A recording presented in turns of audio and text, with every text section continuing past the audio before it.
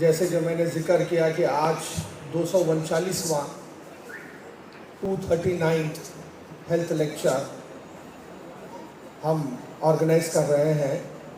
इंशाल्लाह next month 240वां होगा और उसी के साथ हम ये लेक्चर सीरीज़ के 20 साल कंप्लीट कर रहे होंगे।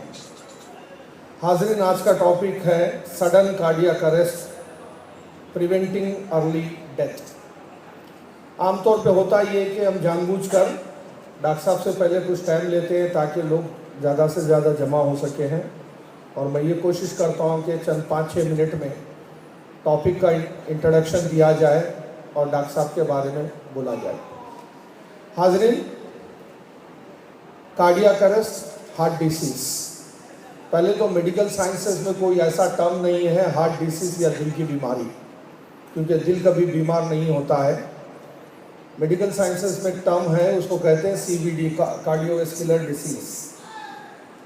तो आमतौर पे जो हार्ट का जो इशू है वो है ब्लड की पंपिंग का है, और जितने भी डिसऑर्डर्स है हार्ट के वो है आर्टरीज से रिलेटेड है, जिसको हम उर्दू में कहते हैं शरीयान। आमतौर पे देखा ये जाता है कि आर्टरीज ब्लॉक होने की वजह से जो ब्लड का जो सर्कुलेशन पंपिंग होना चाहिए वो नहीं होता है। जब पंपिंग पूरा ही रुक जाता है तो उसके कई, मैं समझता हूँ कि रिस्की सिचुएशंस होते हैं जिसमें एक पेशेंट की जान भी जा सकती है। डॉक्टर साहब तफसील से पेश करेंगे जो टेक्निकल प्रोसेस है आज के टॉपिक का। जनरल टर्म्स में लेमैन के लिए, अगर आप वर्ल्ड हेल्थ ऑर्गेनाइजेशन की जो रिपोर्ट आई 2015 में, उससे आप देखेंगे पूरी दुनिया में जितने डेथ के रीजंस हैं उसमें ये कार्डियक अरेस्ट, हार्ट अटैक की वजह से ज़्यादा लोग पूरी दुनिया में ख़त्म हो रहे हैं, और इसका जो तनासुब है, स्टैटिस्टिक्स है, ये 31% है। अगर पूरी दुनिया में 100 लोग का इंतकाल हो रहा है, उसमें से 31 लोग 31 it is because of cardiac arrest और कार्डियोवैस्कुलर डिसीज़। और इसमें देखा ये गया है कि जितने भी लोग ख़त्म हो रहे हैं इसके 75% जो पेशेंट्स हैं वो या तो मिडिल इनकम ग्रुप के हैं, मिडिल इनकम कंट्रीज़ या लो इनकम कंट्रीज़ के हैं, जिसमें हिंदुस्तान भी है।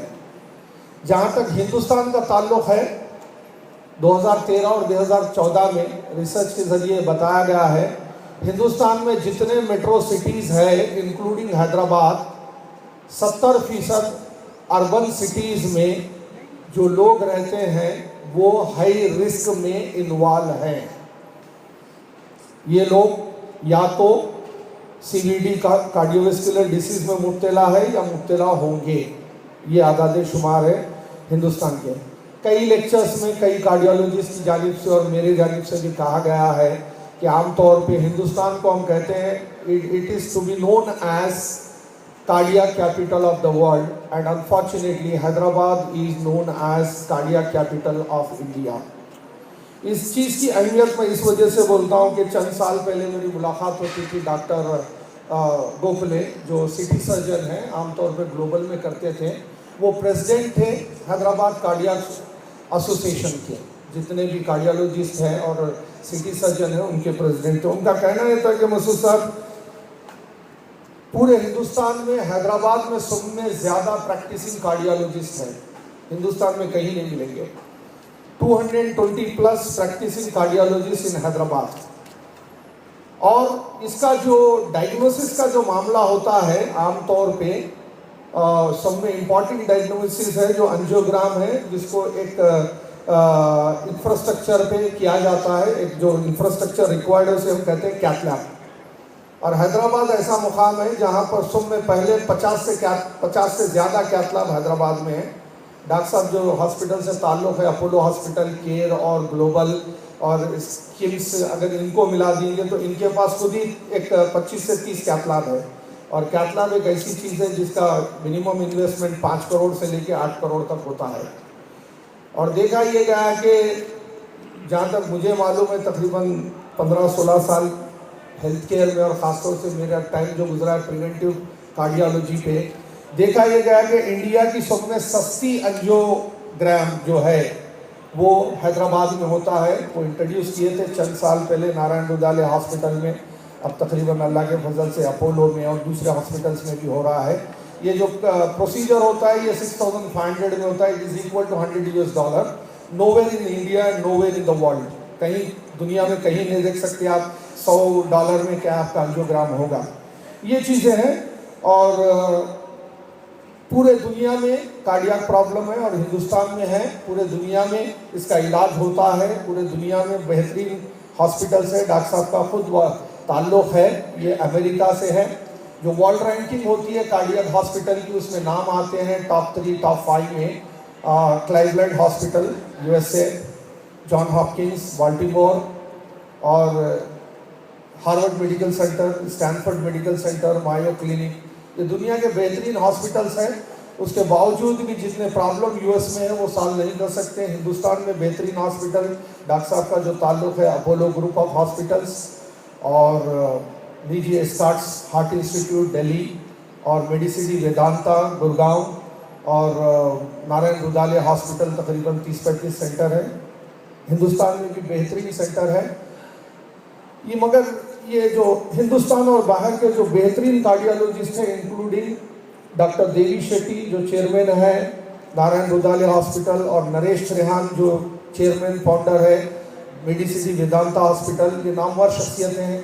डॉक्टर गोपी चंद और इस तरीके से प्रसाद राव और डॉक्टर सोमा राजू वगैरह, इनका खुद का कहना है कि दुनिया में जितने कार्डियक हॉस्पिटल है और दुनिया में जितने कार्डियोलॉजिस्ट और कार्डियोथोरेसिक सर्जन हैं, बदकिस्मती से ये पूरा इलाज नहीं कर सकते हैं जो फैलाव है इसका। तो इससे सब में बेस्ट जो मामला है वो है प्रिवेंटिव कार्डियोलॉजी, हम उससे दूर रहें। मैं समझता हूँ आज का लेक्चर बहुत ही इम्पॉर्टेंट होगा। डॉक्टर साहब का जो ताल्लुक़ रहा ये कार्डियक क्योर के अलावा प्रिवेंटिव हेल्थ केयर से भी रहेगा। तो मैं समझता हूँ कि इंशाल्लाह आज का जो लेक्चर है वो आपके लिए जो लोग CVD में हार्ट इश्यूज़ में मुब्तला हैं उनके वास्ते मदद मिलेगी और जो लोग जिनको प्रॉब्लम नहीं है वो इससे किस तरीके से बचा जाए और किस तरीके से प्रिवेंट किया जाए उसके लिए भी मुफीद रहेगा। हाज़रीन, जैसे मैं जिक्र किया आज का जो लेक्चर का टॉपिक है sudden cardiac arrest preventing early death.